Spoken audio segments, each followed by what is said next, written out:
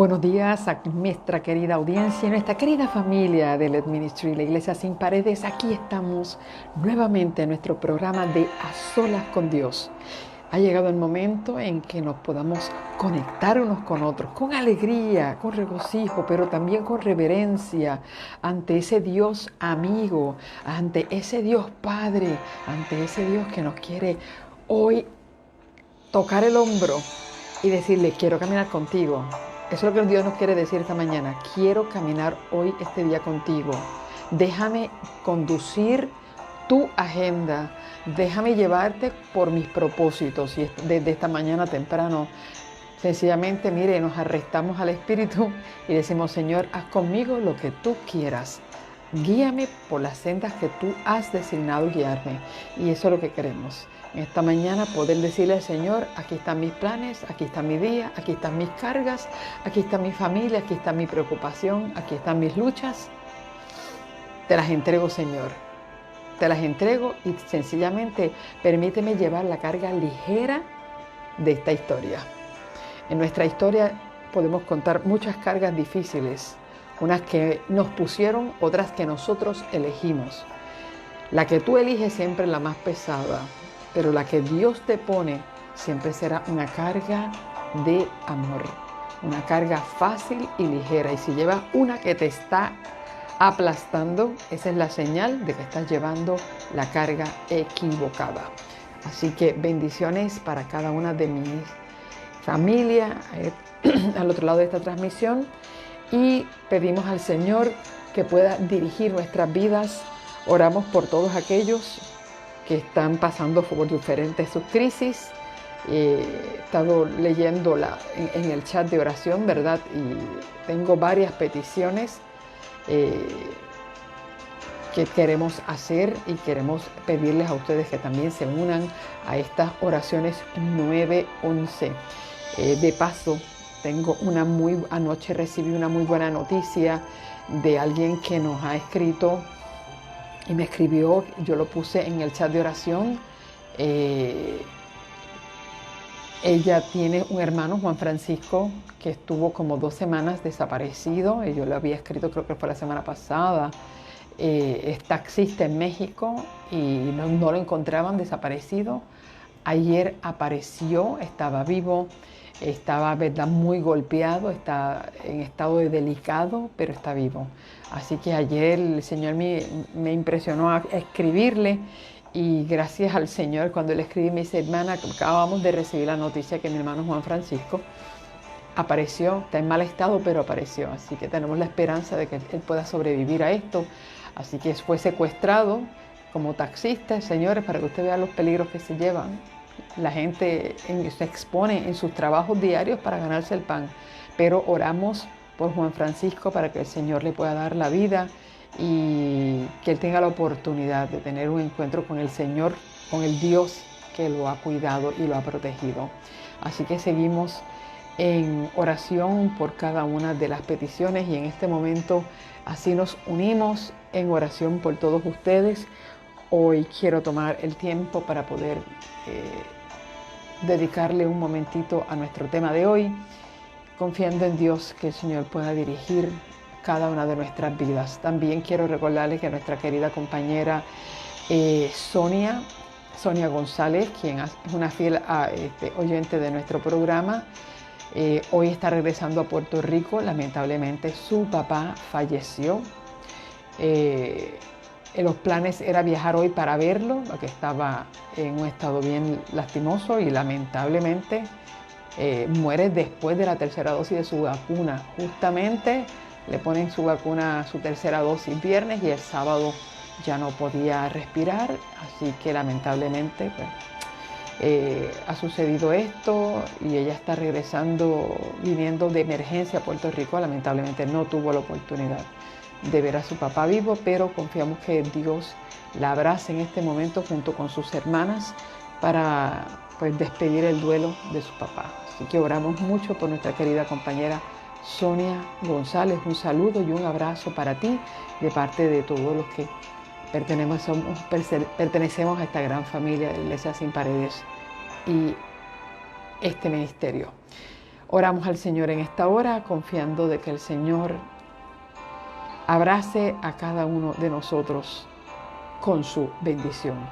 Oramos. Padre Santo y Padre Bueno, en esta hora te damos las gracias porque tú has abierto una fuente de bendición cada mañana para nosotros. Gracias, Padre, porque a pesar de las diferentes situaciones que tenemos que enfrentar cada día, podemos darnos cuenta que cada situación no la tenemos que enfrentar solo. La enfrentamos solo si así lo deseamos, si te sacamos del marco de nuestra vida. Pero si tú quedas ahí y nosotros sencillamente aprendemos a acudir y a correr ante tu presencia, sabemos que no hay una situación que tengamos que enfrentar de manera solitaria, sino que tú vas a estar, Señor, delante de nosotros para abrirnos el camino, conducirnos por las tomas de decisiones difíciles y extrañas que tenemos que tomar, por los caminos de sombra y de muerte, por los caminos de éxito y victoria. Oh Señor, en esta mañana queremos recordarte que somos polvo, Padre, y que en nosotros no hay nada bueno y que sin ti nada somos. Bien lo decía Juan 15, sin mí nada podéis hacer.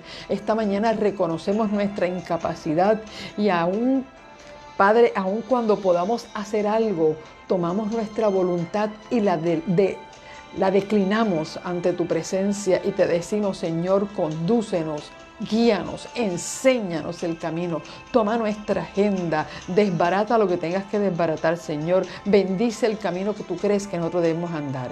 Camina con nosotros. Abraza a Sonia en esta hora, Señor, que está de viaje para Puerto Rico para enfrentar la muerte de su papá de una manera tan trágica.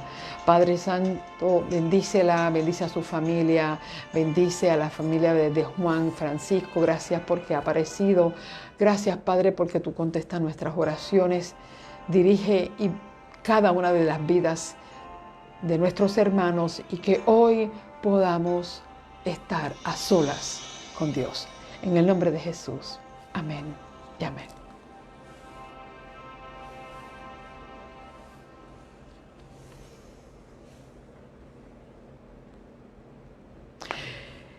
Gracias, familia. Vamos a mantenernos. Recuerden que mañana es nuestro día de ayuno y oración. Así que desde temprano, vamos desde las 5 de la mañana, estamos abriendo la puerta del poder. Y compartan con nosotras sus peticiones. Es el día en que nosotros nos dedicamos, mire, en alma, cuerpo, espíritu, para orar e intervenir por cada uno de ellos. Pero sí les solicitamos que, por favor, mantengan estas peticiones, que aquellos que entran en el chat 911 pueden ver, y a las que podemos compartir con ustedes, y las que se están escribiendo, que algunos escriben, ¿verdad?, constantemente. Buenos días, Sonia, qué bueno que te veo por aquí, conectada. Dios te bendiga, y realmente estamos contigo, apoyamos, ¿verdad? Te bendecimos a la distancia, levantamos nuestras manos, te rodeamos y clamamos al Señor para que tu venida aquí a Puerto Rico sea pacífica, que todo sea, que el proceso difícil se pueda dar en paz, y que de todo mala experiencia, a la que nosotros le podemos llamar mala experiencia, una experiencia de dolor, el Señor pueda traer una bendición. Vamos al libro de Nehemías. Estamos en el capítulo 11 de Nehemías, en el que hemos estado haciendo un recuento, ¿verdad?, acerca de los habitantes de Jerusalén. El capítulo 11 de Nehemías habla acerca de cómo se distribuyeron ahora los habitantes de Jerusalén. No solamente se estaba organizando el culto, la manera en que se iba a tener el culto, sino también se estaba organizando dónde cada uno iba a vivir. Es muy interesante lo que yo noto aquí, que de eso era lo que estábamos hablando ayer justamente, de cómo Dios es un Dios no solamente de orden en el aspecto físico de las cosas, en que las cosas deben estar como dice, hay un dicho que dice que hay un lugar para cada cosa y cada cosa debe estar en su lugar. No solamente Dios mandó a que se organizara, se limpiara, que cada puerta tuviera su propósito, las torres de vigilancia estuvieran reconstruidas, las murallas que brindaban seguridad estuvieran bien puestas. También se reorganiza las festividades, el sistema del sacerdocio, sino que también se organiza el tiempo en que las personas iban a ir a trabajar, cuáles eran sus trabajos. Por ejemplo, cuando Nehemías llegó, los sacerdotes no estaban haciendo su trabajo, los levitas no estaban haciendo su trabajo, no se estaban devolviendo los diezmos y la ofrenda, por lo tanto los levitas no tenían un lugar donde, pues, cómo sostenerse económicamente. No se estaba llevando ningún servicio del santuario, no había un orden, no había un calendario en que decía, mira, durante estos días, estas semanas, estos meses van a trabajar tantas personas y tales personas.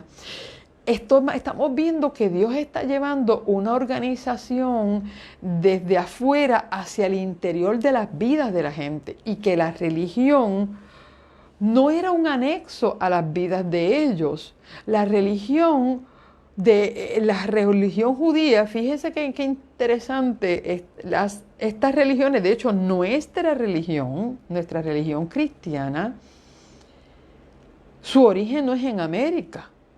Nuestra religión cristiana, el origen es en el Oriente. Nuestra fe nace de los hebreos, del Dios de los hebreos, que posteriormente se le llaman judíos. Y entonces estamos viendo que nuestra religión comienza en el Medio Oriente. Nosotros adoptamos esta fe. Como decirlo, nosotros somos de los que en esta carrera de relevo que estamos llevando a través de los años de la historia, en los 6.000 años de historia que tiene esta tierra, y no los millones que dicen los científicos, en los 6.000 años que tiene esta tierra, esto ha sido como una carrera, ¿ves? Y el cristianismo llega a nosotros acá en el Oriente, en Europa, al Occidente, pero las raíces, ¿por qué hablamos de Israel? ¿Por qué hablamos de Jerusalén? ¿Por qué hablamos de Canaán? ¿Por qué hablamos de Egipto? Porque ahí nace esto. Dios saca a su pueblo, al que él le llamó a su pueblo, que era de las 12 tribus de Jacob, de los hijos de Jacob, los saca de un cautiverio de Egipto y los va sacando, los lleva al desierto, los lleva a la tierra de Canaán, le da a Jerusalén por capital, hacen un templo para que Dios habitara entre ellos. Ese mismo Dios llega a ese mismo lugar años después y habita, limpia ese templo, predica en ese templo, hace milagros en ese templo, y luego lo tiene que destruir porque el pueblo había sido infiel a través de toda su historia desde el principio. Y aún en los tiempos de Cristo, vamos a ver, estamos viendo aquí las reformas de Nehemías, pero posteriormente las generaciones van decayendo y Dios tiene que destruir ese pueblo. Entonces Dios abre después de su muerte, ¿verdad? Que muere en la cruz en las afueras de Jerusalén. Con la muerte de Cristo en las afueras de Jerusalén se demuestra de que Cristo no murió por los judíos, sino para que todo el mundo que en Él crea no se pierda, mas tenga vida eterna. Eso es lo interesante de la muerte de Cristo en el Monte de la Calavera, que lo sacan fuera para que su sangre no contaminara la ciudad santa. Entonces ahí se cumple el que Cristo iba a morir por todos nosotros. Entonces Dios levanta un nuevo pueblo a los que se le llaman cristianos, ¿ok? Y ese cristianismo llega a nosotros y hoy nosotros adoptamos a este Dios. Pues este Dios que más bien nos adoptó a nosotros, eso es lo interesante. Ustedes no me han elegido a mí, yo os elegí a vosotros. Dios nos ha elegido para que seamos ese pueblo ahora portadores de esa luz. Yo quiero decirte que al Dios que nosotros adoramos, que nos ha adoptado como pueblo, es el mismo y tiene la misma mentalidad y el mismo estilo de vida y el mismo estilo de cómo organiza su pueblo. Y yo creo que nosotros le hemos dado un poquito más de trabajo que los judíos porque ya la estructura mental de la gente que vive en el Oriente es poder reconocer cosas sagradas.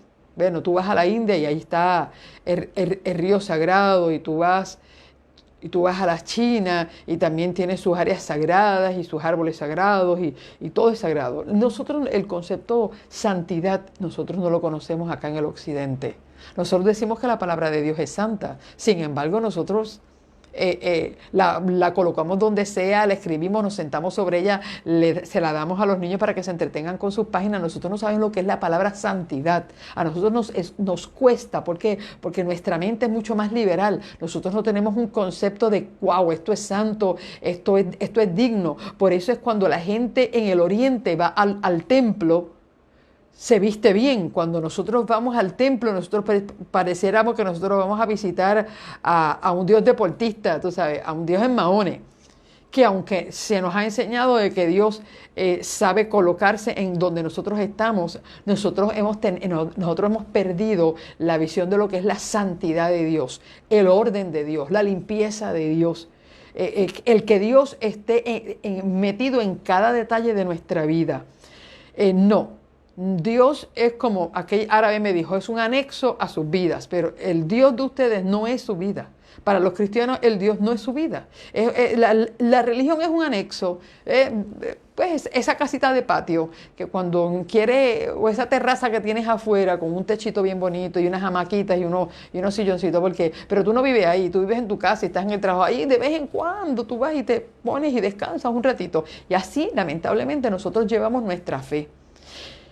Cuando yo leo estos capítulos de Nehemías, yo veo cómo Dios dirige la vida de familia, la vida de fe, la vida civil, la vida política, la vida religiosa de su pueblo. Dios dirigía, a lo menos quería dirigir,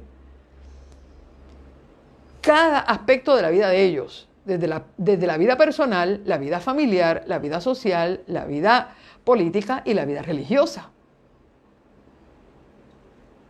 En nosotros solamente queremos que Dios dirija nuestra vida religiosa. Lo que tenga que ver con la fe, lo que tenga que ver con la crianza de mis hijos, lo hago yo. Cómo yo voy a llevar mi matrimonio, lo decido yo. Cómo yo voy a hacer mi sexualidad, lo decido yo. Al trabajo lo decido yo. El carro que me voy a comprar, lo decido yo. La ropa que me quiero poner, la decido yo. ¿A dónde me voy de vacaciones? Lo decido yo. ¿Qué me voy a comer en mi casa? Lo decido yo.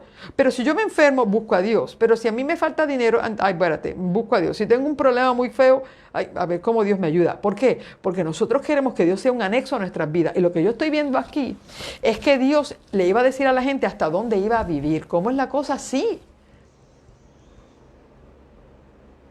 Tú vas a vivir en Jerusalén, estos van a vivir en Jerusalén. Y estos van a vivir en las afueras de Jerusalén. Y estos van a trabajar estos días. Y los próximos días esto, y lo vas a poner y lo vas a escribir en calendario y se lo vas a avisar de que para tal fecha ellos van a venir a servir en el templo. Y los cantores van a hacer este trabajo. Y los porteros van a hacer este trabajo. Y no lo van a hacer como ellos quieren, lo van a hacer de esta manera. Entonces yo estoy viendo cómo Dios toma el control absoluto de un pueblo que estaba completamente disperso, esclavo, sin sentido y sin organización.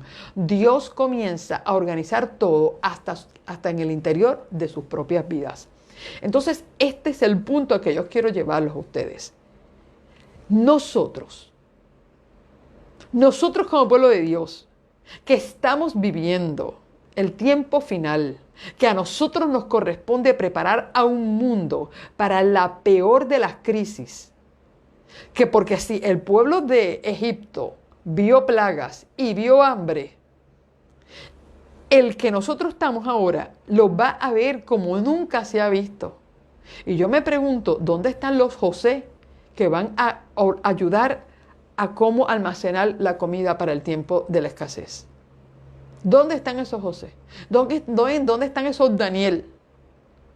Que aunque trabajen para el gobierno, ¿dónde están esas Esther? Que aunque trabajen para el gobierno, como yo digo, José, Daniel, Esther, que trabajan para el gobierno, que mostraron su fidelidad a Dios y y les mostraban el camino aún a aquellas personas, abriéndole de que Dios es el Dios de los que rige y gobierna y quien quita reyes y pone reyes. Porque nosotros, nuestra vida, si hay un momento y si hay un pueblo que necesita que su vida sea dirigida no al 50, no al 10, no al 60, no al 90, si al 100%, es este pueblo.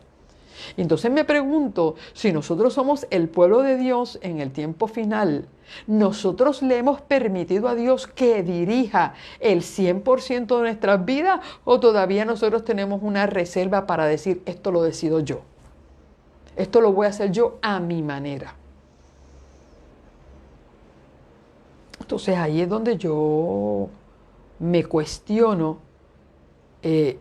cómo Dios va a trabajar con este pueblo. Bueno, puedo entender por qué el Señor habla de que tiene que hacer un zarandeo en su pueblo, porque Dios no puede permitir que el pueblo que ha de dar el último mensaje de alerta al mundo viva, no se permita tener el 100% de la dirección divina de lo que hacemos y las decisiones que tomamos.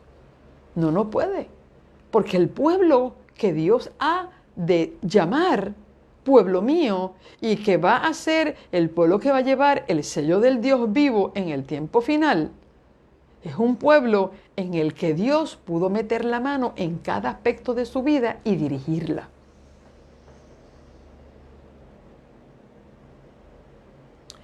Es lo que estoy viendo en este capítulo, así poniéndolo a la distancia. Vimos allí que hasta sacamos los números ayer, pues me escribió Cruz, a lo menos a mí me ha salido 3.054 personas que iban a estar viviendo dentro de la Ciudad Santa. Allí ayer hicimos los cálculos, los pusimos a los lados y allí vimos que hablaba de los porteros y hablaba de Asaf, que era el principal que empezaba la alabanza, y de los sirvientes. Y por ejemplo, ayer vimos en el versículo 22, y el jefe de los levitas en Jerusalén era Uzi, hijo de Bani, hijo de Asabías, hijo de Matatías, hijo de Micaías, hijo de los hijos de Asaf, cantores sobre la obra de la casa de Dios. Y yo les dije que hoy íbamos a ir para atrás a la historia y vamos a ir a las crónicas para poder encontrar y poder entender algunas cositas. Pero antes de hacer eso, yo quiero recalcar algo aquí bien interesante que, bueno, el Señor lo puso en mi mente y yo lo quiero compartir. Versículo 23 y sobre todo el 23, dice, porque había mandamiento de rey acerca de ellos y distribución para los cantores para cada día. Y hace algo específico aquí porque como está mencionando, por ejemplo, dice de la tribu de Benjamín, de la tribu de Judá, tantos, de la tribu de Benjamín, tanto, de los sacerdotes, tanto, de los levitas, tanto, de los cantores, tanto, de los porteros, tanto. Me llama la atención porque utilizo estas tribus específicamente y estos puestos. Pues habla de la tribu de Judá, que yo lo dije ayer, que era de los reyes, la tribu de Benjamín, que eran de los más valientes soldados. Me habla de los sacerdotes, que eran los líderes, ¿verdad?, religiosos del pueblo. Me habla de los levitas, la elección de los levitas que se iban a quedar en Jerusalén, porque eran los servidores del templo. Habla de los porteros, que eran los que vigilaban las entradas de las puertas, tanto de las ciudades de la ciudad como las del templo, y también habla, de hecho hay 7 pórticos, tenía 7 pórticos y allí estaban los vigilantes de esos pórticos y estaban los cantores,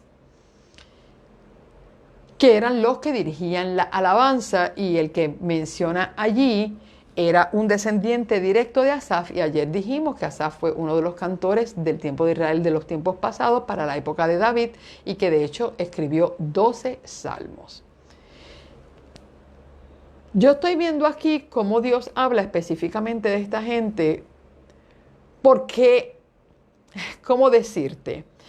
En nuestra vida hoy, nosotros necesitamos quien gobierne, como en la tribu de Judá, quien defienda en un ejército como los de la tribu de Benjamín, quien dirija la vida espiritual como los sacerdotes, quienes trabajen para mantener el orden de la casa de Dios como los levitas.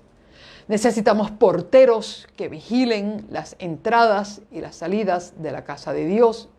Y necesitamos cantores que dirijan la alabanza. Que de paso, tanto los porteros como los cantores eran sostenidos por los diezmos, porque ellos también pertenecían a los levitas. Ellos pertenecían, por eso trabajaban, y dentro de sus trabajos unos eran porteros y otros eran cantores, porque Asaf pertenece viene de la tribu de Coat, uno de los hijos de Leví, era un levita. Entonces, estoy viendo cómo Dios específicamente mantiene de esa estirpe, de esa gente, un grupo, un representante dentro de la ciudad que era muy importante. Y la pregunta es que nosotros como familia, que voy a empezar por ahí porque la lección de escuela sabática está hablando acerca del sacerdocio de las familias. Es nuestra lección de escuela sabática de esta semana que estamos estudiando, donde el sacerdocio no comenzó en el desierto, el sacerdocio comenzó con los padres de familia, con nuestros patriarcas. Eran los padres quienes llevaban a cabo todas las funciones que hoy están distribuidas.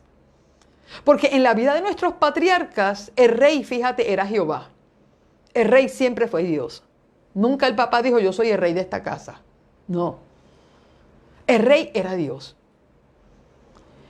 Sin embargo, podemos ver en Abraham que en la vida de familia de Abraham y en la vida de familia de nuestros patriarcas, que el patriarcado comienza desde atrás, desde Adán. Y el último patriarca que tenemos es Noé, el patriarca Noé, quien preparó su familia para la catástrofe más grande que iba a tener la historia, que todavía siguen las secuelas hasta nuestros días del gran diluvio. Pues yo puedo proyectarme como el patriarca Noé entendió que su rey era Dios y que Dios daba las órdenes y que él las obedecía. Pero él tenía que ser de esa tribu de Benjamín guerrera en la que él iba a defender la fe de su casa, el honor de su casa. Dentro de cada vida de un patriarca fuera de rey había un benjamita guerrero, había un sacerdote, había un levita, había un portero y había un cantor. En cada familia donde Dios quería gobernar, había cada uno de estos sectores específicos que habla Nehemías 11, porque Dios necesitaba que hubiese esto en las familias. Y antes de que esto se viera distribuido dentro de un montón de personas, dentro de la vida del pueblo de Israel, todo esto existía dentro de la vida familiar de los patriarcas. Cuando yo estoy estudiando esto, mi mente es agolpeada, porque de veras, yo tengo que decirle que es que mi mente es agolpeada, y me preguntaba yo esta mañana, Señor, una cosa. Miro mi familia, miro los años en los que he vivido dentro de mi familia, donde me puedo jactar de que llevo dentro de la iglesia, ¿cuánto? Bueno, pues toda mi vida, lo mismo que tengo de edad, 56 años. Y este año que cumplo 57, ya la próxima semana, pues voy a decir que tengo 50 años de bautizada, porque me bauticé a los 7 años, tengo 50 años de bautizada. Entonces, me pregunto, ¿he cumplido yo mi deber en la que Dios es mi rey? Dios es mi rey, pero ¿he sido yo guerrera para defender mi familia, he sido yo sacerdotisa para educarles, ser yo un ejemplo de lo que es la entrega a la obra de Dios. Mis hijos me han visto ser esa levita que lleva el agua espiritual, que carga la leña para hacer el sacrificio de Dios cada mañana. Me han visto mis hijos como porteras velando quién entra y quién sale. He sido yo cantora de Israel para yo elevar mis hijos. Me han escuchado cantar una y otra vez. O yo he delegado esto. O yo bajé las manos y me cansé en el camino. Hemos sido nosotros. Y no voy a...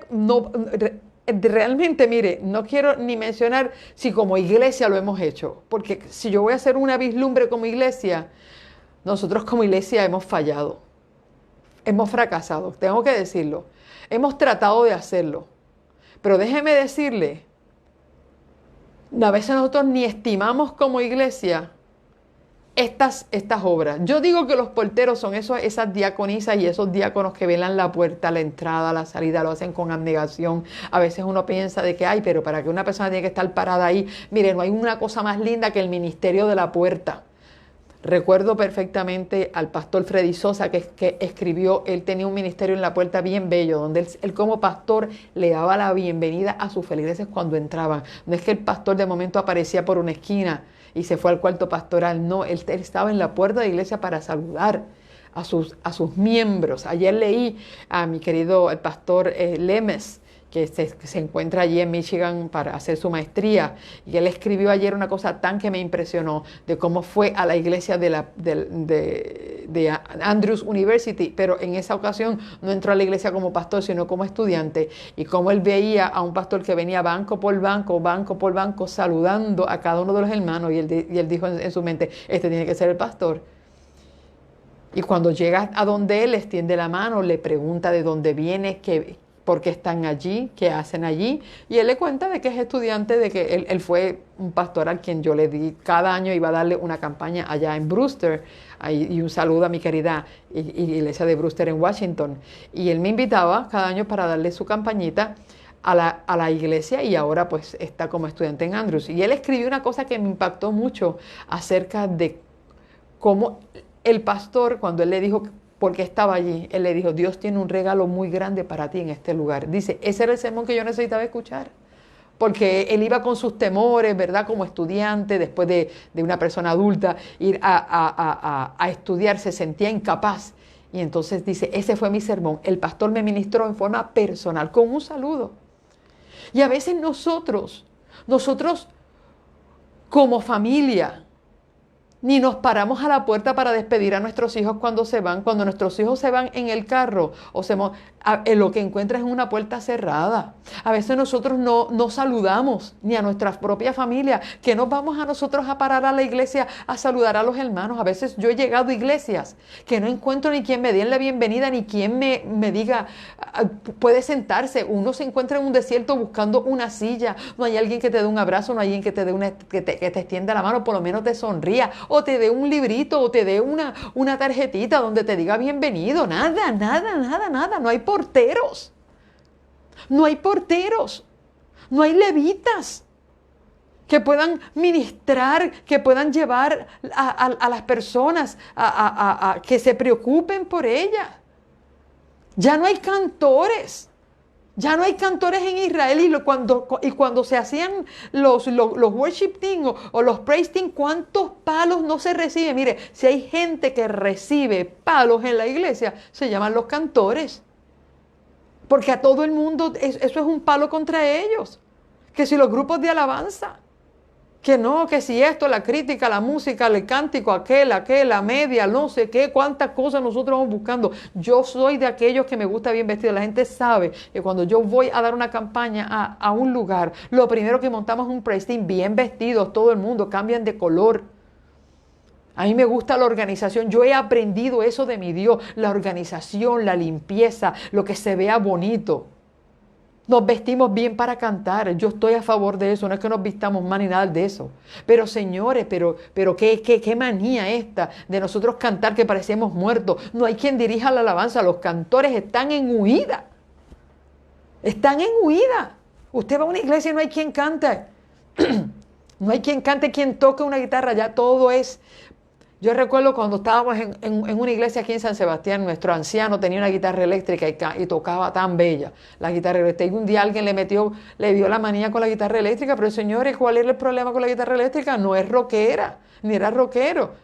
Tocaba aquella guitarra súper bien. Si era el primer anciano de la iglesia, tocaba...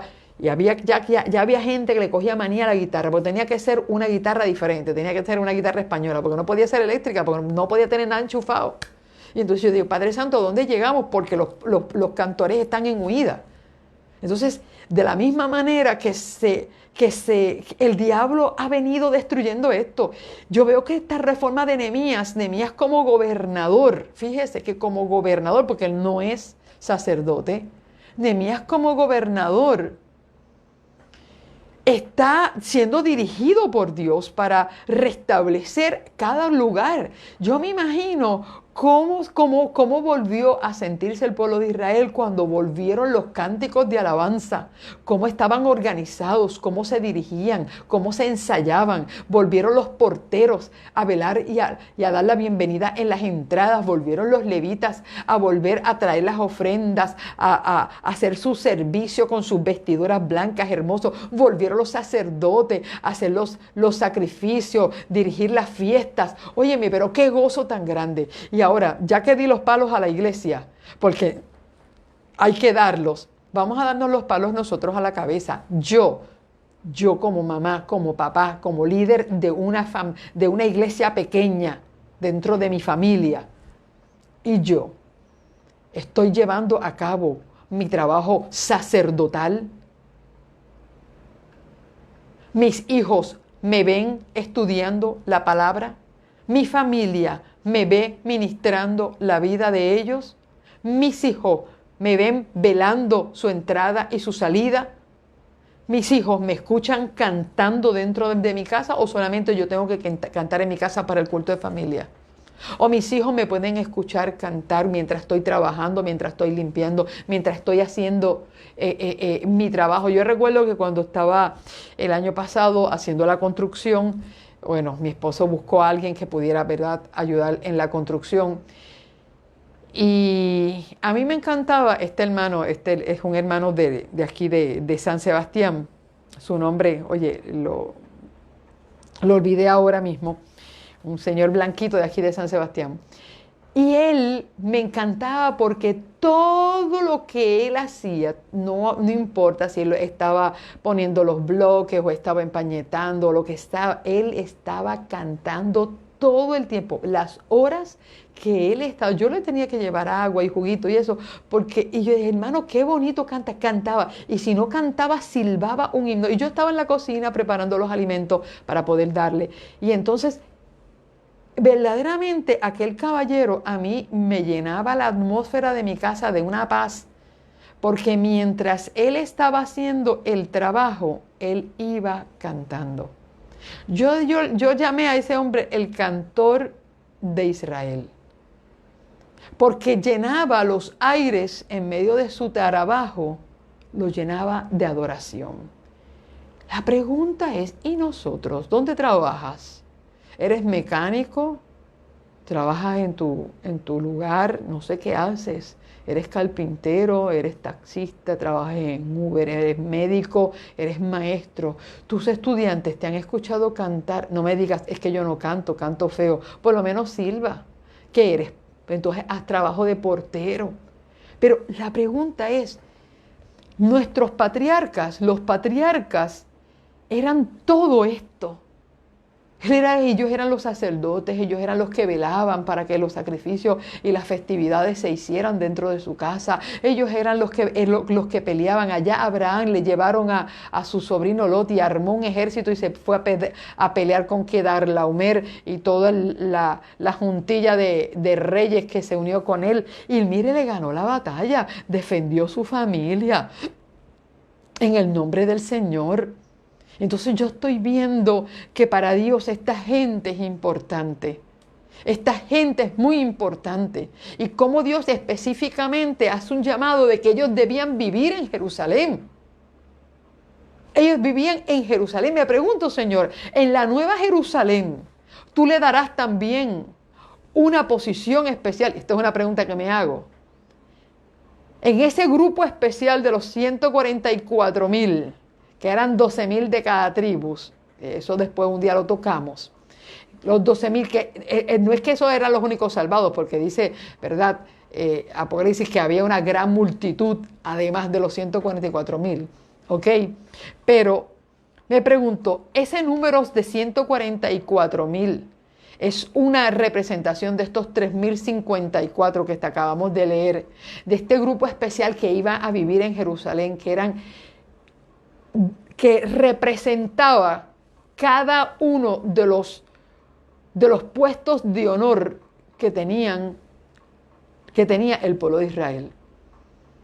Yo digo, Señor, tú también le darás un honor a las personas que han dedicado su vida a llenar de alabanza, de velar, que velan por la entrada y la salida de tus hijos, aquellos que trabajan y ministran para ti, aquellos que están dispuestos a ser guerreros de Cristo y pelear las batallas, aquellos que están interesados en hacer ese sacerdocio real.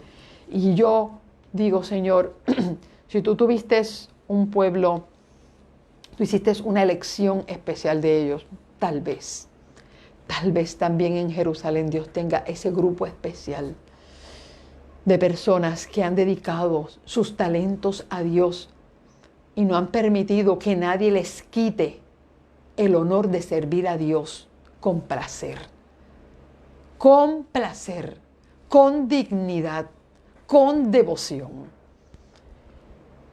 Y Dios quiere que nosotros podamos comenzar a hacer eso nosotros en nuestras vidas. Porque es muy fácil sentarse allá en las bancas del juego y juzgar a los que juegan. Eso es bien fácil. A veces decimos, pero mira, este ciego no vio la bola, se la debió haber tirado otro, porque oye, no hay un jugador más experto que el que se sienta en la banca, pero no tiene la presión de los que están encima de ellos. Aquí mi pregunta y mi llamado es, si nosotros estamos dispuestos a cumplir nuestro deber como sacerdote, como levita, como benjamita, como guerrero, como portero y como cantor. Que nosotros podamos vivir eso. Que nosotros podamos ocupar ese lugar en nuestra familia. Que nuestros hijos nos vean buscando a Dios en oración. Que nuestros hijos y nuestra familia y nuestros vecinos nos vean ministrando sus vidas. Que nuestros vecinos y nuestra familia nos puedan escuchar alabar a Dios. A veces nuestra familia nos escucha más pelear y quejarnos que cantar y alabar a Dios, que ministrar la vida, que dar una palabra de ánimo, que vigilar la vida y la entrada y la salida de nuestros hijos. Muchas de las cosas que nosotros a veces vivimos y muchos de los desvíos que nuestros hijos tienen de la fe, vamos a hacer, déjame decir esto con cuidado, pero tengo que decirlo. Es más fácil culpar a otros, obviamente. Siempre culpar a alguien y decir, no, fulano dijo, fulano dio mal testimonio, fulano criticó a mi hijo cuando una vez hizo esto o fue aquí. Es más fácil, mire, es mucho más fácil. Yo en esto, si de hablar de eso pudiera hablar cuantas cosas. Bueno, mis hijos junto con nosotros hemos tenido 35 años de ministerio. Nuestra primera hija empezó cuando teníamos 5 años, así que mi hija ha estado viendo con nosotros los últimos 30 años de ministerio. ha visto mucho, ha sufrido mucho, ha sido objeto de muchas cosas. Y aunque mis hijos conocen de todos los defectos y han visto todas las, las desgracias que nadie quisiera ver dentro del pueblo de Dios, y ellos puedan hablar de eso, yo no puedo hacer a nadie responsable porque es mi deber velar la entrada y la salida. Y lo que ellos vean mal, de la puerta de mi casa hacia afuera, ellos no pueden verlo repetido de la puerta de mi casa hacia adentro. No sé, eso no se puede ver repetido. Nuestros hijos tienen que darse cuenta que la iglesia de la casa tiene una importancia mucho más grande que la iglesia en la calle. Es lo que nosotros representamos, a quien nosotros representamos. Las huellas más profundas las dejamos nosotros en la vida de la gente que vive con nosotros. Llámese hijos, sobrinos, padres, no importa. Es las huellas que nosotros dejamos. Por eso yo hago un llamado a nosotros mirar hacia nuestro interior. Y quizá usted dice, bueno, pues estoy frita o estoy frito, porque pues yo eso no lo cumplí, yo no tenía el conocimiento o yo no lo hice. Yo fui descuidado o descuidada, no lo hice. Entonces, ok, puede ser que estás viviendo los resultados de no haberlo hecho. Lo estás viendo. Ahora, la pregunta es, ¿qué hacemos? Bueno, empezar. Los momentos de cambios siempre están abiertos en nuestras vidas. Si nosotros no lo hicimos en el pasado, si nuestros hijos no tienen recuerdos en su niñez de nosotros haber sido esos sacerdotes y esos porteros y esos cantores, no nos vieron, no nos disfrutaron, no vieron una religión viva dentro de nosotros, sino nos vieron ir dando a golpes y a regañadientes, llevándolos a la iglesia obligados. No nos vieron disfrutar a un Dios en casa, sino que supuestamente disfrutábamos a Dios solamente en la iglesia y cuando llegábamos ya nos quitábamos la ropita de santidad. Si esta fue tu historia, yo quiero decirte que tú puedes cambiar la historia en la vida de tus hijos. ¿Por qué? Porque quizás nuestros hijos y la gente y nuestros vecinos, que aunque puedan recordar esa tragedia de vida espiritual que hemos llevado, es bueno que ahora puedan ver cómo Dios puede transformar corazones de piedra en corazones de carne.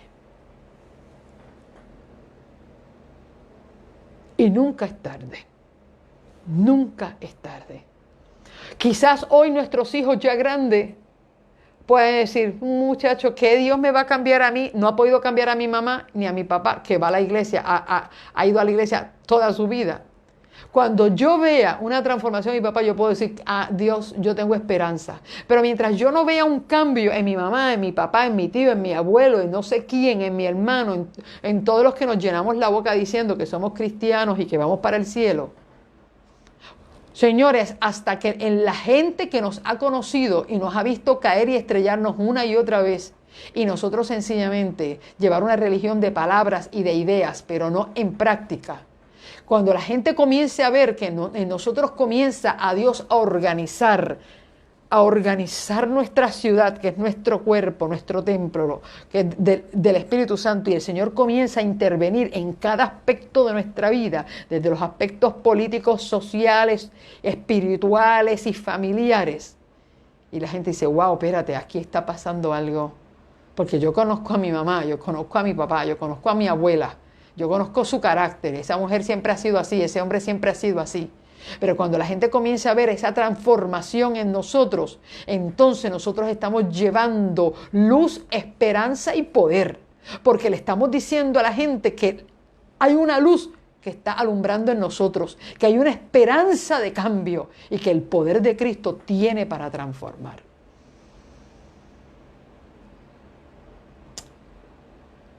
Esto a mí me ha tocado profundamente. Y yo hoy le pido a Dios que pueda levantar en mí una benjamita, una guerrera y que para la gloria de Dios, yo pueda pelear cada batalla en el nombre de Jesús. Yo quiero ser esa sacerdotisa que ministre la vida de mis hijos. Si bien es cierto que quizás ni tú tuviste la experiencia, yo no tuve la experiencia. Hay quien quizás la ha tenido, pero yo nunca he tenido la experiencia de que un pastor a mí me visitara, ni de niña, ni de joven, ni adolescente, ni universitaria, ni de casada. Bueno, de casada sí, el pastor Elijo González, que fue nuestro mentor, fue el único pastor que llegaba a nuestra casa a preguntarnos cómo nos iba en el matrimonio, cómo estaba, orar por nosotros, por nuestra fe. Pero si tú no tuviste eso, si nuestros hijos no tienen una visita pastoral, a menos que no sea para defraternizar o para llamar la atención, pero si tú no has tenido esto, sé tú ese sacerdote, pregúntale a tus hijos cómo se siente su fe, vela por ellos, abona en su fe espiritual, hazle regalitos espirituales, cómprales libros, muestra que, déjate ver, déjate contemplar, no es una manera hipócrita que te sientas con una Biblia para que tus hijos piensen que estás leyendo la Biblia, no, que ellos puedan verte disfrutar la palabra de Dios, que ellos te vean orar, que ellos te vean bendecirlos, aunque ellos estén tomando malas decisiones. Qué bello es que la familia pueda ver en nosotros esa experiencia viviente, real, palpable, audible de nuestra experiencia con Dios. Ese es mi llamado. Ese es mi llamado. Aunque sí quiero llevarlos a ustedes a hacer un poquito de investigación bíblica. Ustedes puedan encontrar cuál es la raíz, y eso está en Primera de Crónicas, aquellos que se quieran adelantar a lo que vamos mañana a tocar. Mañana tendré menos tiempo, pero voy a mostrarle, le voy a dar una clasecita de genealogía. Pero no quería pasar esta impresión que me he llevado del libro de Nehemías, de cómo Dios quiere restaurar en nuestra vida y organizar el culto en Israel. Era organizado. Mamá, papá que me escuchas, abuelo, tío, los que están allí al otro lado, tal vez un joven que esté al otro lado, líder de iglesia que estás al otro lado. Organiza tu programación, organiza tu familia. Haz un plan. No tenemos que vivir así a lo loco. Dios es un Dios de orden. Que en nuestras iglesias se puedan reanudar los cantores. Se reviva la adoración gozosa. No es adoración muerta como si Dios todavía estuviera en la cruz crucificado y hay que seguir llorándolo.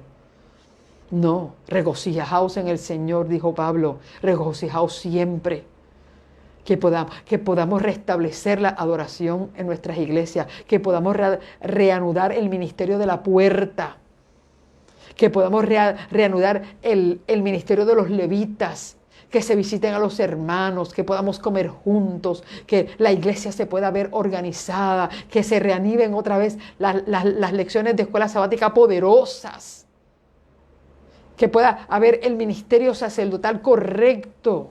Señores, Dios necesita tener un pueblo organizado y vamos a permitirle a Dios que Él sea quien decida cómo vivimos en cada aspecto de nuestra vida.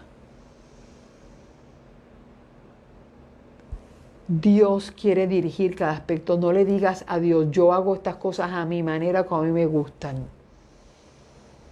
Lamentablemente hay líderes eclesiásticos que cuando llegan a una iglesia se creen que es el Papa y las cosas hay que hacerlas como a ellos les gustan. Si no es como ellos piensan ni como ellos, a ellos no les importa lo que dice la Biblia. Eso a mí no me gusta, yo no lo hago, no lo quiero. La casa de Dios es de Dios y lo que se hace en la casa de Dios debe agradar a Dios y no a los hombres. Y a veces en las iglesias se hacen las cosas como les gusta al anciano, al pastor, a la junta. Porque ellos son los que deciden las cosas. Aquí yo no veo a Nehemías decidiendo, es Dios diciéndole a Nehemías, esto lo quiero así, esto lo quiero así, esto lo quiero así y esto lo quiero así. Y Nehemías sencillamente era como Moisés, el portavoz de la voz de Dios al pueblo. Dios quiere que esto se haga de esta manera. Dios pueda levantar líderes que sean fieles a la voz de Dios y que puedan restablecer y organizar la casa de Dios para la alabanza de Dios y que Dios se pueda sentir feliz de cómo nosotros dirigimos nuestro sacerdocio, tanto en nuestra casa como en la iglesia. Oramos al Señor en esta hora. Padre Santo, te doy las gracias, porque tu palabra es como dijo el salmista David. Lámpara es a mis pies tu palabra y lumbrera mi camino. Gracias, Señor, porque en un capítulo que pudiéramos pasar desapercibido, podemos encontrar una gema y un tesoro tan grande de cómo Dios, tú quieres dirigir cada aspecto de nuestra vida de familia y de nuestra religión. Como tú eres un Dios de orden, como tú estableces hasta dónde vivimos y cómo debemos obrar. Ayúdanos a romper nuestros libritos personales. Ayúdanos a someternos a la voluntad de la palabra. Que podamos hacer lo mismo que hizo Nehemías y Esdras, que leyó la palabra ante el pueblo y el pueblo quedó convencido de la palabra. Donde ellos no establecieron sus criterios personales de adoración, sino que ellos decidieron ir a la palabra e instruir al pueblo con respecto a lo que tú habías, Señor, diseñado para tu pueblo. ¡Qué fidelidad tan grande tenía Nehemías!